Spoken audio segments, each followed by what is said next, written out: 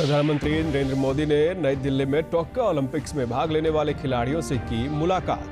कल सुबह पैरालंपिक्स खिलाड़ियों से भी करेंगे बातचीत।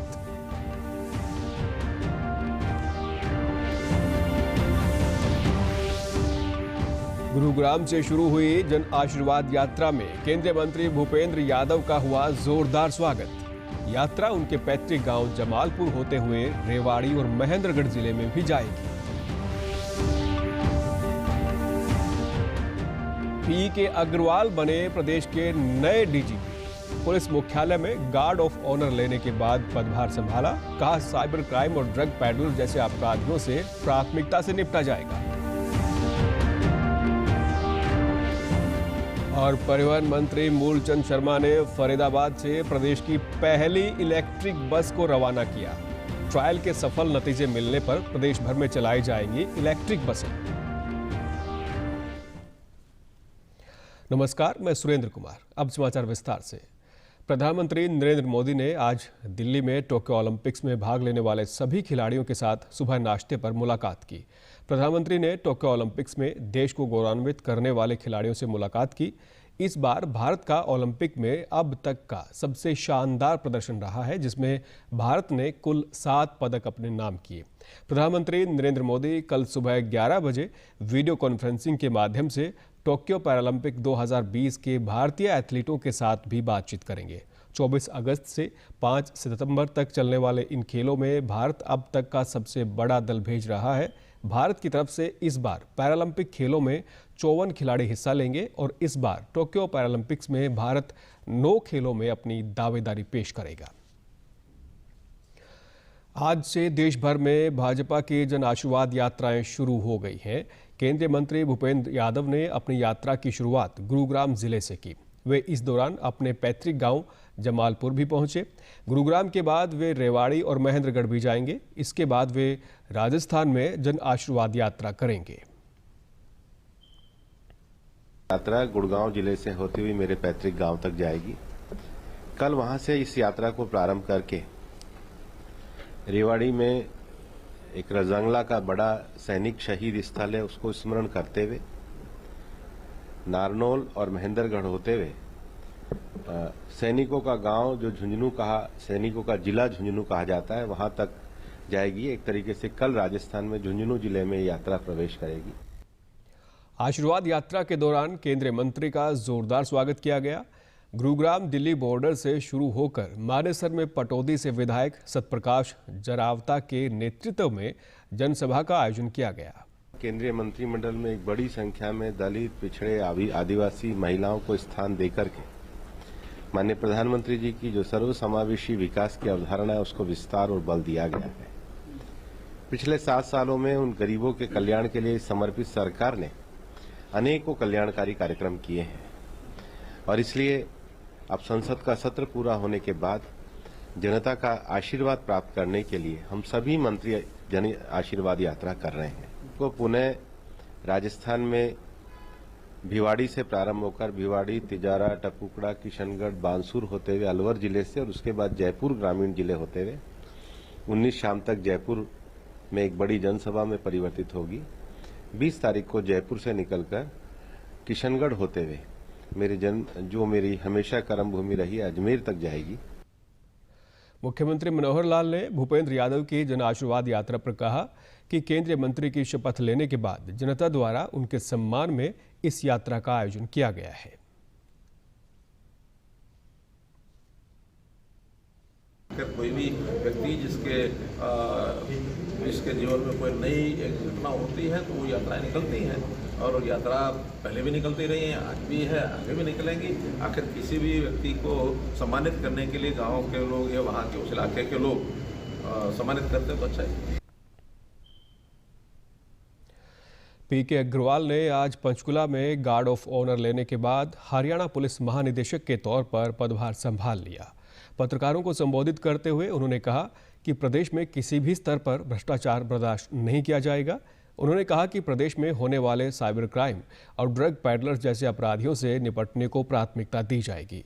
किसान आंदोलन पर उन्होंने किसानों से अपील करते हुए कहा कि वे शांत तरीके से विरोध प्रदर्शन करें। पुलिस महानिदेशक ने कहा कि उनके कार्यभार संभालने के बाद पुलिस प्रशासन में जो भी खामियां हैं उनको दूर किया जाएगा और जनता की सुरक्षा और उनकी समस्याओं के लिए हरियाणा पुलिस हमेशा तत्पर रहेगी। पुलिस का जो तंत्र है वो अच्छा काम कर रहा है और जो कुछ हमारे में कमियां हैं उनकी समीक्षा करके हम उसे दूर करेंगे। जितनी ज़्यादा शिकायतें आए उसकी ठीक प्रकार से सुनवाई हो और उनका निदान हो, ये आवश्यक है। साइबर क्राइम एक नया अपराध का प्रणाली है जिसमें कि चूंकि आज के दिन हम सब स्मार्टफोन, ऑनलाइन बैंकिंग, हर तरह की चीज़ें कर रहे हैं। जो पुराने तकनीक थे उनसे जो अपराधी हैं वो भी नए तकनीकों की तरफ जाते हैं। ये हमारा भी दायित्व है कि हम अपने पुलिस बल को ट्रेन करें ठीक तरीके से, लोगों में जागरूकता पैदा करें। पुलिस महानिदेशक ने कहा कि हरियाणा पुलिस द्वारा पुलिस वेलफेयर के लिए भी कई अहम कदम उठाए गए हैं, जिसमें बीमा और कर्मी की मौत होने पर उसके परिवार को सहायता राशि दी जाती है। समय पर हरियाणा पुलिस द्वारा कई ऐसे कदम उठाए गए हैं जो कि हमारे पुलिसकर्मी हैं उनकी भलाई के लिए। उसमें इंश्योरेंस कवर है, डेथ के समय अगर कोई हमारे किसी कर्मचारी की अकारण मृत्यु हो जाए तो उसके परिवार को अनुदान राशि है, सहायता है। तो ये तो एक इंटीग्रल पार्ट है, हमारे जो पुलिस बल का एक अभिन्न अंग है।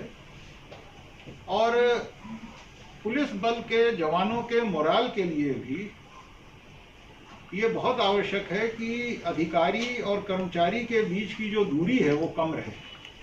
अधिकारी अपनी कठिनाइयाँ, कर्मचारी अपनी कठिनाइयाँ अधिकारियों को बता सकें और जहाँ तक संभव हो उनका निदान हो।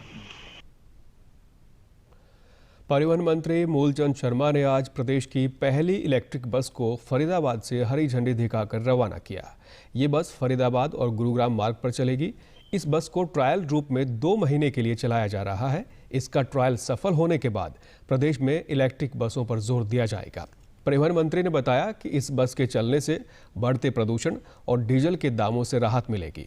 मूलचंद शर्मा ने कहा कि ये बस पूरी तरह आधुनिक है, जिसमें सीसीटीवी कैमरे से लेकर कई तरह की सुविधाएं हैं। सुरक्षा की दृष्टि को देखते हुए इसमें पैनिक बटन भी लगाया गया है ताकि आपातकाल के दौरान उसे दबाने से तुरंत पुलिस सहायता उपलब्ध हो सके। उन्होंने कहा कि इस बस को चार्ज करने के लिए चार्जिंग स्टेशन भी बनाया गया है।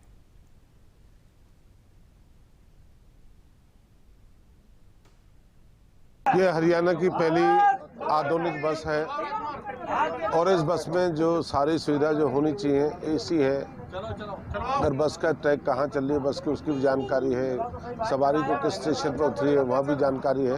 और पॉल्यूशन, ये पहली इलेक्ट्रिकल बस है और जिसकी हम शुरुआत इलेक्ट्रिक बस की आज शुरुआत कर रहे हैं। ये गुड़गांव फरीदाबाद ये बस चलेगी। अभी ये ट्राई के तौर पर इसकी शुरुआत हमने करी है। भी इस ट्राई से कितना बस को कितना लाभ मिलेगा, कितनी सवारियों को लाभ मिलेगा, क्या इसके परिणाम होंगे। और इस बस का जो सबसे बड़ा लाभ बेनिफिट ये जो पॉल्यूशन से केंद्र की और जो प्रदेश की सरकार जो पॉल्यूशन पर रोज इस तरह के पॉल्यूशन रहित जो करने जा रही है उसका सबसे बड़ा लाभ मिलेगा। फरीदाबाद के रोडवेज महाप्रबंधक ने बताया कि गुरुग्राम से बल्लभगढ़ तक यात्रा के लिए मात्र 50 रुपए का शुल्क देना होगा। उन्होंने कहा कि 2 चक्कर लगाने के बाद ये बस चार्जिंग स्टेशन पर मात्र 30 से 45 मिनट में पूरी तरह से चार्ज हो जाएगी। और इसका कोई पोल्यूशन नहीं है, कोई इसमें ध्वनि रहित है बिल्कुल। और इसमें बिल्कुल साधारण तो किराए के अंदर ही वातानुकूलन का आपकी सेवाएं आपको मिल रही हैं। और सिंपल किराया जैसे गुड़गांव से बल्लभगढ़ का है 50 रुपये रखा गया है केवल। और ये केवल जनता की सुविधाओं को देने के लिए ये किया गया है। और सरकार का पहला वो है कि इसमें पोल्यूशन कम हो और ये ट्रायल बेस पे 2 महीने के लिए इसको लगाया गया है। फ़ायदा इसका बहुत है क्योंकि इसमें डीजल का खर्चा हमारा जैसे तो काफ़ी आता था, अब इसमें मात्र जो है 500 या 600 रुपये के अंदर ही हमारा यहाँ पे गाड़ी यहाँ से बल्लभगढ़ तक पहुँच जाएगी। चार्ज इसका कम से कम भी आधे घंटे से लेकर पौने घंटे तक के इसका होगा, चार्जिंग होगा। जैसे इनको मॉर्निंग में करेंगे और ये 2 चक्कर मारेगी और फिर इसके बाद इसको आधे घंटे के लिए इसको लगा देंगे, चार्जिंग पे लगा देंगे, फिर उसको दोबारा से भेज देंगे। मुख्यमंत्री मनोहर लाल ने आज गुरुग्राम के लोक निर्माण विश्राम गृह में पर्यावरण से जुड़ी 2 महत्वपूर्ण परियोजना का शुभारंभ किया। इन परियोजनाओं में गुरुग्राम महानगर विकास प्राधिकरण द्वारा गुरुग्राम के सेक्टर 81 से सेक्टर 99 तक जल आपूर्ति योजना और सोनीपत व पानीपत क्लस्टर के लिए वेस्ट टू एनर्जी प्लांट का उद्घाटन शामिल है। इस प्रकार से अपने जो डीजल पर चलने वाले रिक्शा है उनकी रिप्लेसमेंट करके और ई रिक्शास को चलाएं। दूसरा कार्यक्रम जैसा ये वेस्ट टू एनर्जी में सोनीपत का ये जो एक कचरा प्रबंधन का एक जो विषय चला था रहा है और इसमें भी 2017 में इस प्रोजेक्ट को कंसीव किया गया था, लेकिन वो शुरू हो पाया 2019 में। जैसा आपने बताया कि जो ईसी है उसकी उनको लेट मिली, लेकिन 2019 के बाद भी आज 2021 में हम 16 अगस्त को इसको शुरू करने जा रहे हैं। इसको भी उद्घाटन इसका किया है। ऐसे ही तीसरा विषय है जो सेक्टर 80 से और 98 तक जो बताया कि पानी की सप्लाई, स्वच्छ पानी की सप्लाई, ये भी आज इस विषय का उद्घाटन कर दिया गया है। मुख्यमंत्री मनोहर लाल उद्घाटन के बाद बिना किसी पूर्व सूचना के ऑटो में बैठकर चले गए। ऐसे में सुरक्षा में लगे सभी अधिकारी हक्के बक्के रह गए। मुख्यमंत्री जिस ऑटो पर सवार हुए उसके पीछे गुरुग्राम की सड़कों पर कारगेट व अन्य पुलिस की गाड़ियां भी लग गई। बाद में मुख्यमंत्री राजीव चौक से पहले उतरे और ऑटो चालक को किराया भी दिया। गुरुग्राम के ऑटो चालक की खुशी का कोई ठिकाना नहीं था। ऑटो चालक ने कहा कि ये पैसे मुख्यमंत्री ने दिए हैं और ये पैसे मैं कभी खर्च नहीं करूंगा।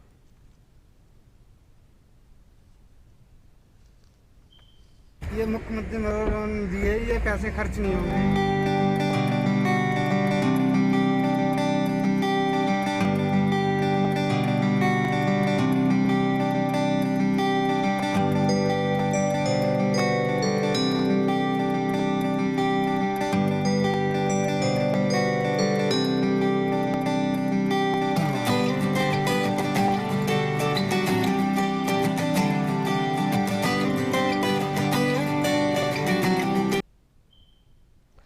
पूर्व प्रधानमंत्री अटल बिहारी वाजपेयी की तीसरी पुण्यतिथि के अवसर पर आज नई दिल्ली स्थित उनके समाधि स्थल पर राष्ट्रपति रामनाथ कोविंद, उपराष्ट्रपति एम वेंकैया नायडू और प्रधानमंत्री नरेंद्र मोदी ने पूर्व प्रधानमंत्री वाजपेयी को श्रद्धांजलि दी। साल 2018 में एक लंबी बीमारी से जूझने के बाद अटल जी ने दिल्ली के एम्स अस्पताल में आखिरी सांस ली थी। 93 वर्ष की आयु में उनका निधन हुआ था। अटल बिहारी वाजपेयी ने प्रधानमंत्री के रूप में 3 बार देश का नेतृत्व किया था। मुख्यमंत्री मनोहर लाल ने भी नई दिल्ली में राजघाट स्थित स्मृति स्थल सदैव अटल पर आयोजित प्रार्थना सभा में शामिल हुए और श्रद्धा सुमन अर्पित कर पूर्व प्रधानमंत्री स्वर्गीय अटल जी की समाधि पर पुष्पांजलि अर्पित कर उन्हें श्रद्धांजलि दी। राज्यपाल बंडारू दत्तात्रेय ने चंडीगढ़ स्थित राजभवन में आयोजित कार्यक्रम में स्वर्गीय अटल जी के चित्र पर पुष्प अर्पित कर उन्हें श्रद्धांजलि दी। उन्होंने कहा कि अटल बिहारी वाजपेयी देश के अजात शत्रु नेता थे। राज्यपाल ने वाजपेयी जी को एक सच्चा राष्ट्रवादी और सच्चा देशभक्त के साथ साथ एक आदर्श स्टेटसमैन भी बताया। स्वास्थ्य और परिवार कल्याण मंत्रालय के मुताबिक देश में पिछले 24 घंटों में लगभग 33,000 से अधिक कोविड के नए मामले सामने आए हैं। वहीं अब तक 3,14,11,000 से अधिक लोग अपना उपचार करवाकर स्वस्थ हो चुके हैं, जिससे रिकवरी दर 97.48% हो गई है।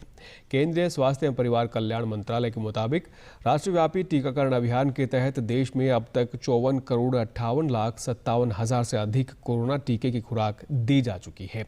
प्रदेश में भी अब तक कोरोना टीके की लगभग 1,37,54,000 से अधिक खुराक दी जा चुकी है। प्रदेश में कोविड से 7,59,000 लोग स्वस्थ हो चुके हैं, जबकि 664 मामले सक्रिय हैं। रिकवरी दर बढ़कर 98.66% हो गई है।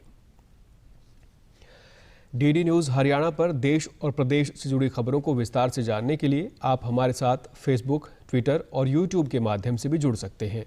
हमसे जुड़ने के लिए आप हमारे सोशल मीडिया हैंडल को फॉलो कर सकते हैं। अब आप अपने मोबाइल फ़ोन से QR कोड स्कैन कर हमारे YouTube चैनल पर सीधे पहुंच सकते हैं। प्रदेश में कोरोना संक्रमण की स्थिति को जानने और इस संबंध में सहायता प्राप्त करने के लिए सरकार द्वारा हेल्पलाइन नंबर जारी किए गए हैं। इसके तहत प्रदेश के लोग 855-88-93-911 पर संपर्क कर आवश्यक जानकारी प्राप्त कर सकते हैं। नेशनल हेल्थ मिशन हरियाणा की वेबसाइट nhmharyana.gov.in पर जाकर प्रदेश में कोविड अस्पतालों, उपलब्ध बेड और वेंटिलेटर्स आदि की जानकारी ली जा सकती है। अंत में इस बुलेटिन के मुख्य समाचार एक बार फिर। प्रधानमंत्री नरेंद्र मोदी ने नई दिल्ली में टोक्यो ओलंपिक्स में भाग लेने वाले खिलाड़ियों से की मुलाकात। कल सुबह पैरालंपिक्स खिलाड़ियों से भी करेंगे बातचीत।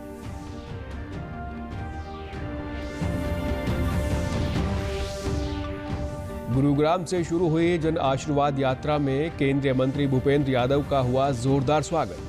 यात्रा उनके पैतृक गांव जमालपुर होते हुए रेवाड़ी और महेंद्रगढ़ जिले में भी जाएगी।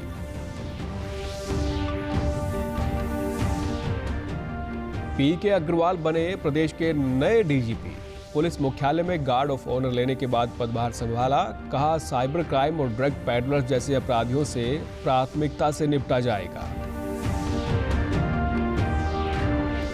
और परिवहन मंत्री मूलचंद शर्मा ने फरीदाबाद से प्रदेश की पहली इलेक्ट्रिक बस को रवाना किया। ट्रायल के सफल नतीजे मिलने पर प्रदेश भर में चलाई जाएंगी इलेक्ट्रिक बसें। सभी दर्शकों से अपील है कि आप जब भी घर से बाहर निकलें तब मास्क जरूर पहनें, 2 गज की दूरी बनाए रखें और एक नियमित अंतराल पर अपने हाथ धोते रहें। और अगर आप पात्र हैं तो टीकाकरण अवश्य करवाएं, तभी आप कोरोना महामारी से बच सकते हैं। आज के बुलेटिन में बस इतना ही। नमस्कार।